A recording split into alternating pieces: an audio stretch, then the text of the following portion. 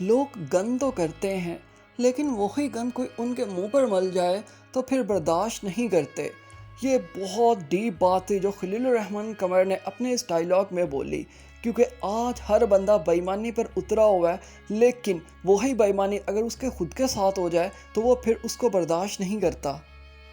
کسی کا بیٹا مر جائے تو زندہ بیٹوں والے بھی ڈر جاتے ہیں۔ یہ ڈر ہوتا ہے ثریا، بزدلی نہیں ہوتی۔ یہ میاں جی نے ثریا سے بولا۔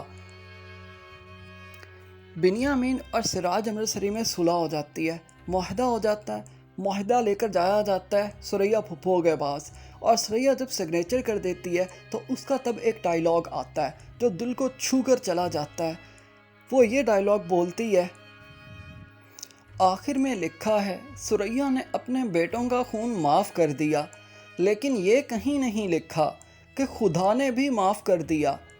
یہ بہت گہری بات تھی کہ لوگ یہاں پر تو اپنے جرم معاف کروا لیتے ہیں، کوئی بڑا کوئی غریب کو کچل دیتا ہے یا کوئی امیر کسی غریب کے ساتھ ناانصافی کر لیتا ہے اور پھر زبردستی صلح پر بھی سگنیچر کروا لیتا ہے، لیکن اللہ پاک کا ڈر اس کے دل سے بالکل ختم ہو چکا ہوتا ہے۔ وہاں ایک عدالت ہے جو لگے گی، آپ کسی بھی ریلیجن سے بلونگ کرتے ہو وہاں پر آپ کو حساب دینا ہی پڑے گا، لیکن آج لوگ اس چیز کو بالکل بھلائے بیٹھے ہیں۔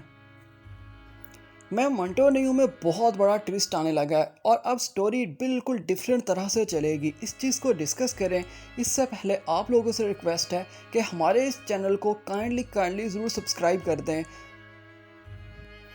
اب بنیامین کا دوسرا بیٹا بھی پاکستان آ رہا ہے یا اسے لایا جا رہا ہے، تب محبت کی بات چلتی ہے تو بنیامین کی بیوی ڈائیلاگ بولتی ہے اپنے بیٹے کو لے کر اپنی بیٹی سے کہ تم نے کبھی ابلتے ہوئے پانی کو دیکھا ہے؟ ایسا لگتا ہے کہ ابلتے ہوئے باہر آ جائے گا برتن سے، لیکن جیسے ہی چولہا بند کر دو تو وہیں پر ہی تھم جاتا ہے۔ محبت بھی اسی ابال کی طرح ہوتی ہے، یعنی اس کے کہنے کا مطلب یہ ہے کہ جب تک میرا بیٹا اس لڑکی سے مل رہا ہے، اس لڑکی کے ساتھ انوالو ہے، تب تک کی محبت رہے گی۔ جب میں اس کو اس سے دور کر دوں گی، وہ میرے پاس آ جائے گا تو اپنی اس محبت کو بالکل بھلا دے گا۔ حالانکہ سچی محبت کرنے والوں کو یہ چیز بہت اچھے سے پتہ ہے کہ آپ جس سے پیار کرتے ہو وہ جتنا بھی دور ہو آپ کو ہمیشہ یاد آتا ہے۔ شرط یہ ہے کہ آپ کی محبت سچی ہونی چاہیے، جو آج کل بہت کم ہوتی ہے لوگوں کو، لیکن سچی محبت ہے تو جتنی مرضی دوریاں پیدا کر لی جائیں انسان سنسیئر ہی رہتا ہے۔ ثریا نے صلح تو کر لی ہے، لیکن اب وہ محمل کو ورگلانے کی پوری ٹرائی کر رہی ہے اور اس میں بہت حد تک کامیاب بھی ہو رہی ہے۔ تب ثریا ایک ڈائیلاگ بولتی ہے محمل کو، وہ کہتی ہے میری ماں کہتی تھی کہ جب لڑکی کسی کا بار بار ذکر کرے اور یہ کہے کہ مجھے فلاں سے بہت نفرت ہے تو اس کا مطلب یہ ہوتا ہے کہ وہ اس سے محبت کر بیٹھی ہے۔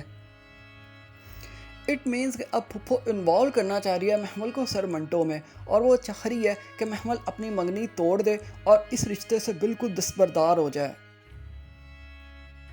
آگے پھپھو کا مزید ڈائیلاگ آتا ہے، اس ٹائم کی بے چینی میں تھوڑی دیر کی منگنی تو نبھائی جا سکتی ہے، لیکن ساری عمر کی شادی نہیں نبھائی جا سکتی۔